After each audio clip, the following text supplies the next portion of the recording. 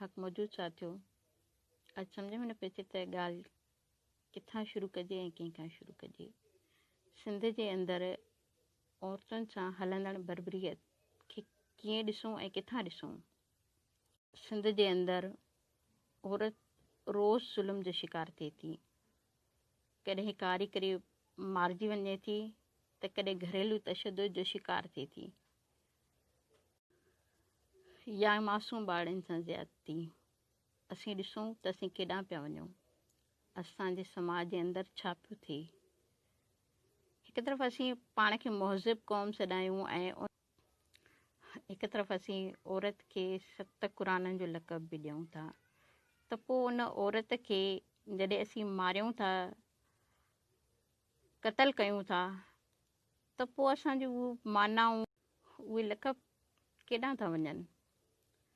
ऐं हितनि कहिड़े नदियुनि जा नाला खणा, कहिड़ियुनि औरतुनि जा नाला खणा। बीबी मरी हुजे, वज़ीरा छछर हुजे। असीं त 70 साला अमांदाई खे बि बख़्श न कयो होसीं, जंहिंखे ज़्यादती करे असीं साड़े छॾियो होसीं उनखे। असीं कहिड़ी महज़िब क़ौम जी ॻाल्हि पिया कयूं। असीं औरतुनि खां एतिरो ख़ौफ़ज़दा आहियूं जो उनखे क़तल करे मारे करे उनजो लाश या त साड़े था छॾियूं या त दरिया में लोड़े था छॾियूं। हिन मुल्क जी अधु खां वधीक आबादी औरतुनि ते मुश्तमिल आहे, पर असीं उनखे एज़ ए इंसान तसवुर बि नथा कयूं। उनखे उनजा बुनियादी हक़ त परे, पर उनजो जीअण जो हक़ ई उन्हनि खां खसियूं था। पर अफ़सोस त असीं उनखे जॾहिं मारियूं था ऐं जॾहिं उन ते तशदुद कयूं था, त असां जेका बि सम्झ अचे थी, जेको बि सोच अचे, जेको ज़ुल्म करिणो थो पए, असीं उन सां कयूं था। त छा उन वक़्तु असांजो माणपो मरी थो वञे, असां में इंसानियत ख़तमु थिए थी। जेका शइ हथ में आयो, जेको ज़ुल्म करिणो हुजे असीं उन सां करे था वेहूं, जेका बर्बरीअत उन सां करिणो हुजे असीं करे था वेहूं। इहो विसारे था वेहूं त उहो बि इंसान आहे। जीअं असांखे तकलीफ़ थिए थी, जेकॾहिं कोई ईज़ा ॾिए थो, त असीं जंहिं अज़ियत मां गुज़रूं था, त उन वक़्तु हूअ बि उन अज़ियत मां गुज़रे पई, हूअ बि इंसान आहे। असीं त एतिरा मुहज़िब आहियूं जो असीं 5 सालनि जे मासूम ॿारनि खे बि नथा, उन्हनि खे बि पंहिंजे वहशत जो शिकार बणायूं था। असीं कहिड़े तरफ़ था वञूं। असांजो जेके मुहज़िब क़ौम हुजण जूं दावाऊं आहिनि, त जॾहिं असीं औरत खे मारियूं था, कंहिं ॿारड़ी सां रेप था कयूं, त उहे रद्द थी थियूं आहिनि। असांखे इहो शिनाख़्त पंहिंजो मटाइणु घुरिजे। असांजी जेका दावा आहे ऐं जेका शिनाख़्त आहे, पहचान आहे, त असीं मुहज़िब क़ौम आहियूं। असीं औरत खे 7 क़ुरान जो दर्जो ॾींदड़ क़ौम आहियूं। मुंहिंजे ख़्याल में हाणे उहा शिनाख़्त मटणु घुरिजे।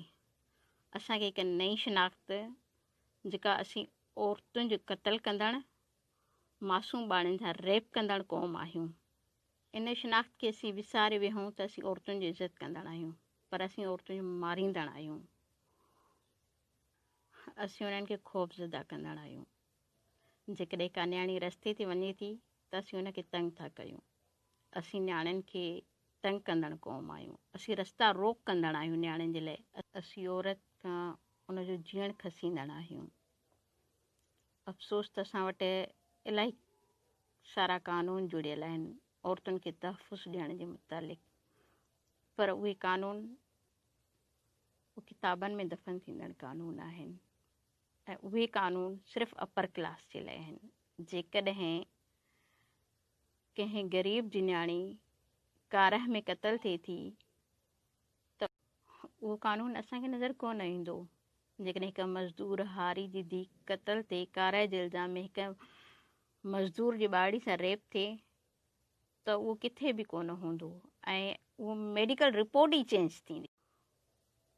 उन कातिल, उन रेपिस्ट ऐं ॾोह कंदड़ खे बचाइण लाइ सॼो जो सॼो सिस्टम निकिरी ईंदो ऐं सभु जो सभु माण्हू ॿाहिरि ईंदा। सॼो फ्यूडलिज़म सिस्टम ऐं अमीर तबिको ऐं असांजो क़ानून जा रखवाली कंदड़ सभु जो सभु निकिरी ईंदा। ईअं उहा औरत, उहा ॿारड़ी जेका वहशत जो शिकार थिए थी, उहा गुमनाम थी वञे थी। कुझु ॾींहंनि खां पोइ कुझु महीननि खां पोइ उहा कंहिंखे यादि बि नथी रहे। ऐं उन खां पोइ वरी हिकु ॿी औरत उन जो शिकार थी थी। वज़ीरा छछर हुजे, मरी बीबी हुजे, रुखसाना चाचड़ हुजे, असांजा मुहज़िब माण्हू उन कातिल खे, उन रेपिस्ट खे बचाइण जे चक्कर में उन वालदेन ते एतिरो दबाव कनि था त हू मजबूर थी करे राजोणे करे वेही था रहनि। उन्हनि वालदेन खे एतिरो ख़ौफ़ज़दा कनि था त हू फ़ैसिले लाइ तयारु था थियनि ऐं उन्हनि ते एतिरो प्रेशराइज़ थिए थो त हू उन केस तां हथु खणनि था। पोइ ईअं रोज़ु औरतूं मारिजी थियूं वञनि, रोज़ु नंढड़े ॿारनि सां रेप थिए थो। त कातिल ऐं रेपिस्ट खे सज़ा न अचण जे करे उहे वालदेन उन केस जे पोयां पवनि ई कोन था ऐं हू पंहिंजे ॿियनि ॿारनि जे बचाव जे लाइ, पंहिंजी ज़िंदगी बचाइण जे लाइ वालदेन दॿिजी ख़ामोश थियनि था। पोइ हिकु ॿी न्याणी उन वहशत जो शिकार बणिजे थी। हिकु ॿी न्याणी खे क़तल करे उन जे लाश खे साड़े करे पोइ कॾहिं उहा रोड ते नज़र असांखे ईंदी आहे त कॾहिं दरिया में त कॾहिं ज़िंदा दफ़न। वालदेन जी ख़ामोशी ऐं कानून ते अमल दरामद न हुजण जे करे रोज़ु औरतूं घाणे में पीड़जनि पियूं, रोज़ु हू क़तल थियनि थियूं।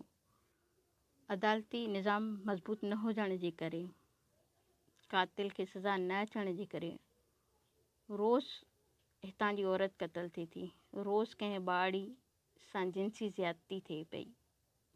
उन जो मेन सबबु सिर्फ़ु ऐं सिर्फ़ु कानून ते अमल दरामद न हुजण जे करे वालदेन दॿिजी ख़ामोश थी वेही था रहनि। उहे एतिरो मजबूर थियनि था जो हू पंहिंजे बचे जे केस हलाइण लाइ तयारु न हूंदा आहिनि।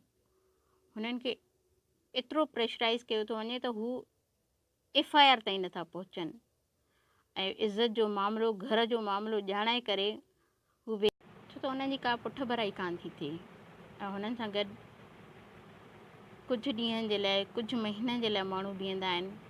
पोइ हिकु नए केस, नए इशू ते माण्हू ॻाल्हाए थो। जेसीं ताईं कानून ते अमल दरामद न कराइण जे लाइ का हिकमत अमली जो न जोड़ींदासीं, तेसीं ताईं रोज़ु औरत क़तल थींदी, रोज़ु हूअ ज़्यादती जो शिकार थींदी। कानून ते हिकमत अमली जोड़ण जे लाइ असां तव्हां सभिनी खे गॾिजी करे को इनिशिएटिव वठिणो पवंदो ऐं उन्हनि वालदेन खे मज़बूत करिणो पवंदो त उहे उन केस ते बीहनि। छो त वालदेन ख़ौफ़ज़दा थी करे, धमकियुनि खां डिॼी करे हू चुप कनि था ऐं उन्हनि खे ख़बर आहे त असीं कोर्टुनि कचहरियुनि में जेकॾहिं रुलंदासीं त कुझु कोन थींदो। पोइ उहे वालदेन वॾेरनि सरदारनि वटि वञी करे उनखे पंहिंजे लाइ हिकिड़ो सस्तो इंसाफ़ सम्झंदा आहिनि। हू चवंदा आहिनि मसइलो जल्दी हल थींदो। पोइ असां वटि हीउ ठहियल कानून औरतुनि जे मुतालिक़, औरतुनि जे तहफ़ुज़ लाइ जोड़ियल बिल आहिनि, उहे कहिड़े कम जा, जिते क़तल कंदड़ 15 खां 20 लख 25 लख रुपया भरे करे आज़ादी सां ॿाहिरि निकिरे, घुमे फिरे ऐं राजोणी करे, उते रोज़ु औरतूं क़तल न थींदियूं त छा थींदियूं? उते रोज़ु ॿारनि सां ज़्यादती न थींदी त छा थींदो? जेसीं ताईं कानून मज़बूत न थींदो, अदालतुनि जो निज़ाम बहितर न थींदो, असां जूं तव्हां जूं दाहूं कुकूं, ही वावेलाऊं सभु बजायूं त रोज़ु का न का वज़ीरा छछर क़तल थींदी रहंदी, रोज़ु का न का ॿाड़ी वहशत जो शिकार थींदी रहंदी। उन कानून जे रखवालनि खां सवाल कयूं, उन्हनि खां पुछूं, उन्हनि खे जाॻायूं ऐं औरतुनि जे कारह जे नाव ते फ्यूडलिज़म जे कारोबार खे रोकराइण जी कोशिशि कयूं। जेसीं ताईं फ्यूडलिज़म जो इहो कारोबार हलंदो रहंदो, तेसीं ताईं रोज़ु का न का कारी थी मरंदी रहंदी, औरतूं क़तल थींदियूं ऐं इहे ॾींहों ॾींहुं केस वधंदा घटि कोन थींदा। असां तव्हां सभिनी जा वावेला अजाया हूंदा।